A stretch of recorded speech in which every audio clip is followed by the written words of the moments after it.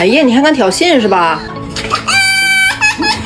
赤狐国家2级保护小废物，华夏地区狐狸高颜值的代表，长尾赤衣小黑丝，乖巧迷人吊梢眼，撒娇卖萌魅惑脸，妖娆中透露着一丝妩媚。此时突然理解纣王为什么会沦陷，谁能扛得住妲己这几招？藏狐听到这就很慌张，感觉今天又要躺枪。看到眼前这个穿黑丝的大哥了吗？你以为他是在思考狐生，其实他是在用听觉定位猎物的方位，然后一头砸下。只是大哥，你不怕砸中花岗岩吗？虽然赤狐是犬科动物，但是它和猫一样会爬树，爪子会伸缩，瞳孔也会随着光线变化，所以养一只赤狐约等于同时养了猫和狗。不过想想就行，养了它那可真行。印象中狐狸都很骚，是个男人都想聊，实际他们是一夫一妻制，至死都很专一。他们对待爱情很认真，遇到心仪的母狐狸会提前布置新房，还会收集各种美味，求对方给自己一个机会。这样一只嘤嘤嘤的狐狸精，你扛得住几秒？